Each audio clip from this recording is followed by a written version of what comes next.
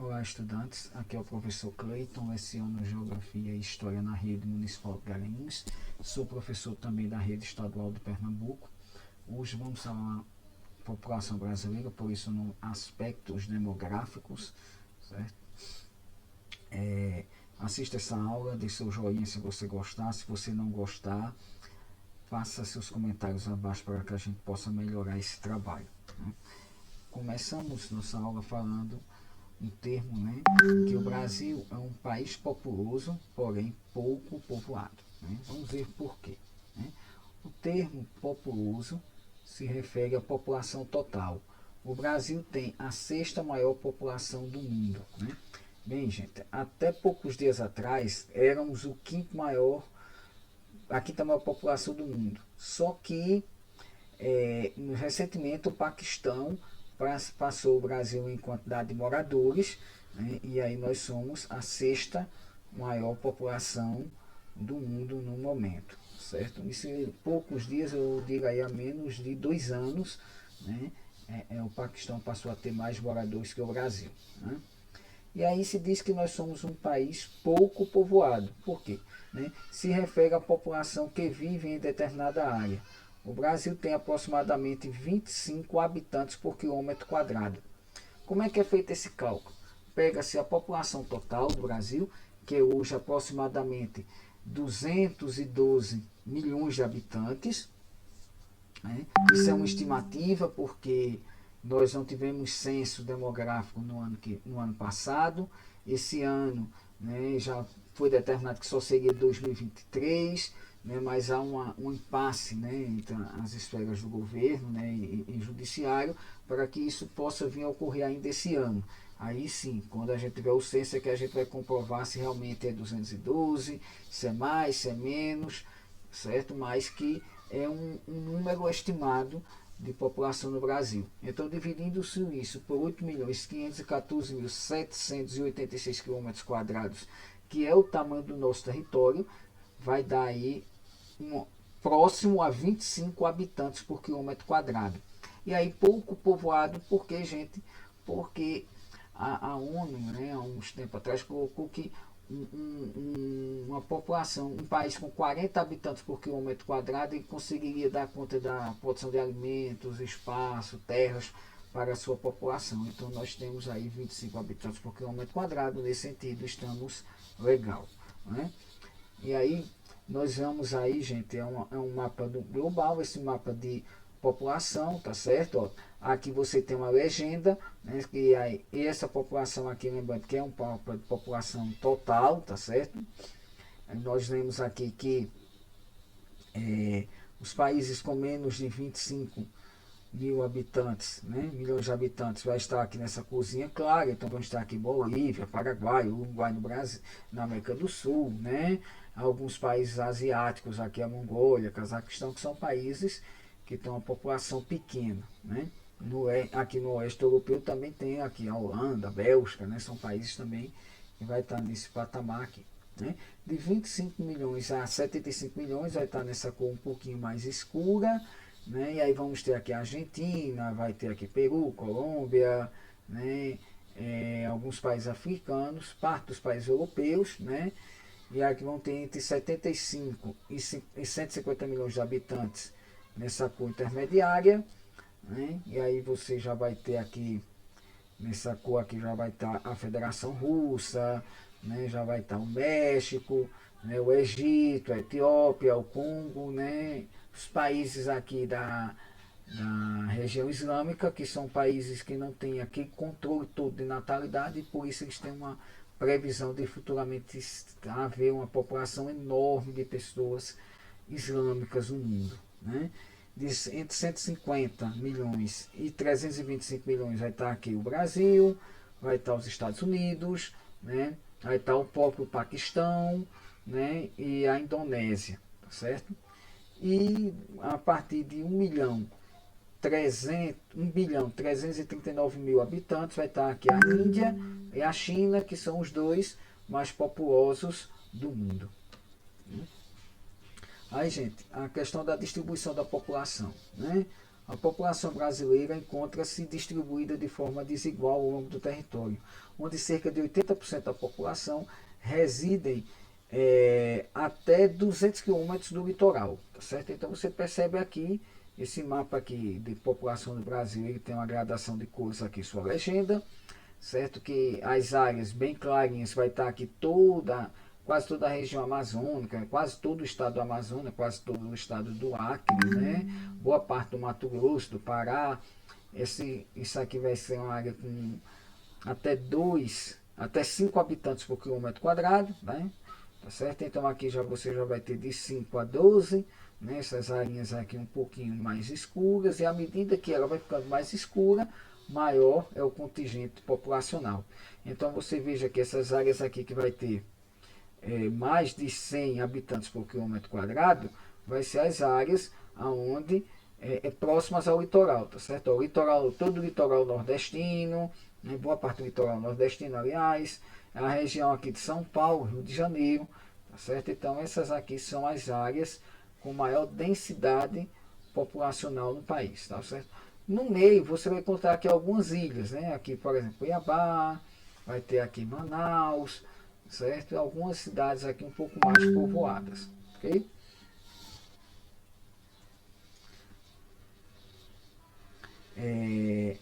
Fecundidade, né? Então vamos falar agora sobre um pouco a questão a evolução do crescimento da população, né? E aí a primeira vem a taxa de fecundidade, né? Que aí é a evolução da taxa de fecundidade do Brasil, o número de filhos por mulher, né? Nós pegamos esse dado de 1940 até 2010. Perceba que em 1960 nós tivemos o auge, né? Com cerca de 6,28 filhos por mulher, e hoje nós temos menos de 2 filhos por mulher. Por que essa diminuição do número de filhos por mulher? Certo? Aqui, gente, até aqui, a população brasileira é uma população rural, tá certo? E normalmente, boa parte dessa população rural ela vivia da cultura de subsistência. Então, quanto mais gente para produzir, melhor era. Então, naquela época, né, era comum as famílias serem numerosas. Mas aí quando a população começa a ser urbana, como é a partir de 1970 já começa a se verificar isso no censo, né? Aí a mulher também se lança ao mercado de trabalho. E aí a mulher no mercado de trabalho, evidentemente que ela não pode ter tantos filhos. É por isso que você vê aqui entre 1970 até o ano de 1991, que foi quando foi feito o censo, uma queda enorme no número de filhos por mulher, certo? Essa queda ainda é observada, tá certo? E hoje, né, a mulher indo ao mercado de trabalho, métodos anticonceptivos e entre outros, faz com que nós tenhamos uma quantidade menor de filhos por mulher em relação ao que nós tínhamos no passado, né? Outra coisa interessante observar também é que hoje os filhos têm um custo, certo?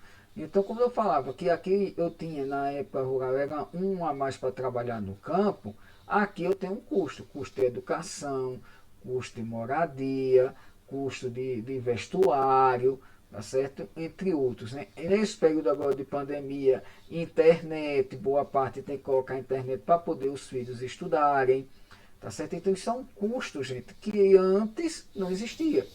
Tá certo? Então, esses aspectos, né, são levados em conta e vai fazendo com que as famílias façam o que se chama de planejamento familiar e vá diminuindo o número de filhos por mulher. Tá certo? Ó. Aí nós temos ainda outras duas taxas bem famosas, né, que é a taxa de natalidade e a taxa de mortalidade. Né? A taxa de natalidade indica o número de nascimentos em cada grupo de 1.000 habitantes. Certo? Assim, uma taxa de natalidade de esse 3.000,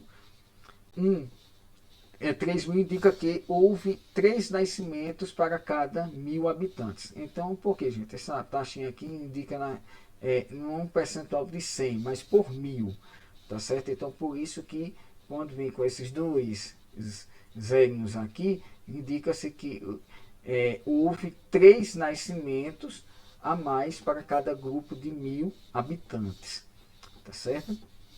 Já a taxa de mortalidade indica o número de óbitos em cada grupo de 1.000 habitantes. Também ela é medida dessa mesma forma, tá certo? Agora, no período do Covid-19, essa taxa de mortalidade deu uma disparada, tá certo? Então, provavelmente, o próximo censo vai mostrar isso, né? Até porque, recentemente, indicado que a cada 5 óbitos no Brasil no ano de 2020, um está relacionado ao Covid-19. Então, isso é um dado alarmante e isso vai fazer com que esses dados de mortalidade aqui disparem, né? Expectativa de vida, né? A expectativa de vida é aquilo que se espera que o cidadão vai viver no período que ele nasce. Então, quando ele nasceu, quantos anos espera-se que aquele cidadão vai viver, aquela criança, tá certo? Então, e aí até diz a manchete aqui, né? Brasileiros nascidos em 2017 vivem em média 2 meses a mais que os que nascem há 2 anos, ou seja, em 2015. Tá certo, ó, gente? Então veja só. Em 1940, o brasileiro vivia em média 45 anos e meio. E isso chegou a 76 anos em 2017. Por que esse número aumentou tanto? Tá certo, gente? Então veja, a população aqui era rural. Quando a população vai para a cidade, ela tem um maior acesso a serviços de saúde de qualidade. Então isso vai fazer com que a população aumente, né? Segundo, nós vamos ter aqui métodos o chamado planejamento familiar, tá certo? Nos últimos anos a gente teve aí os PSFs que chegaram na área rural, nos bairros, né? E aí é o médico que está mais perto das pessoas e isso vai fazendo com que a população viva mais. Além também de considerar a evolução da medicina, né? Então, só para se ter uma ideia de evolução da medicina, acreditava-se que uma vacina em tempo normal, gente, ela não demoraria aí menos que 5 anos para sair, certo? Vacina para Covid, né? E conseguiram vacina aí em tempo recorde em menos de 1 ano, né? Basicamente, com essa pandemia no Brasil, conseguiram vacina em 10 meses, né? Então, é a evolução da medicina que vai fazer com que as pessoas tenham uma maior longevidade, né? E aí nós temos o crescimento natural da população, que vai ser justamente quando você tem a taxa de natalidade mais menos a taxa de mortalidade, tá certo? Mesmo observando que as pessoas estão vivendo mais, né? O número de nascimentos está diminuindo, tá certo? Então, o ritmo de crescimento da população está ficando mais lento, tá certo? Isso aqui, ó, entre 1960 e 70, tá certo? Era de quase 3% o ritmo de crescimento da população ao ano, tá certo? Então isso foi caindo, tá certo? E hoje, no grado de 2007, tá certo? Indica aqui que essa população ela está crescendo a uma média de 1,1%, 1,21%. Aliás, isso quer dizer o que, gente? Em breve o Brasil poderá ter um crescimento negativo, que é quando a quantidade de nascimentos não vai conseguir, por exemplo, repor a população que vai a óbitos, né? Isso é um fenômeno, por exemplo, que já é observado em alguns países europeus, França, Itália, Alemanha, tá certo? Uns países que têm uma urbanização mais madura, né? Enfim, então lá as pessoas, mulheres geralmente não querem ter filhos e isso vai fazendo com que o crescimento da população fique mais lento, né? E aí a demanda por lá é demanda por jovens, né? Tem muitas pessoas ficando idosas, tá certo? Isso explica, por exemplo, talvez, né, por que tantos mortos no contexto europeu Covid-19 em relação a algumas partes do mundo, né? Ó. Aí a gente entra aqui agora na chamada pirâmide etária, né? A pirâmide etária é um gráfico que mostra dados sobre a população masculina e feminina por idades. Por isso também é chamado de pirâmide de idades. Então ele indica alguns aspectos sobre o crescimento da população. Exemplo, uma pirâmide de base larga e topo estreito indica que a existência de muitos jovens, porém poucos chegam à idade idosa. Tá certo, gente? Então, dentro do gráfico de pirâmides etárias, eles vai nos dar algumas pistas sobre o nível de desenvolvimento da população, né? Então vejamos aqui, tá certo? Nós temos aqui 3 gráficos de pirâmides etárias do Brasil, né? O primeiro é um gráfico de 1980, tá certo? Você percebe que é um gráfico quase que perfeito, né? Havia uma quantidade muito grande de jovens, tá bom? Aqui, ó.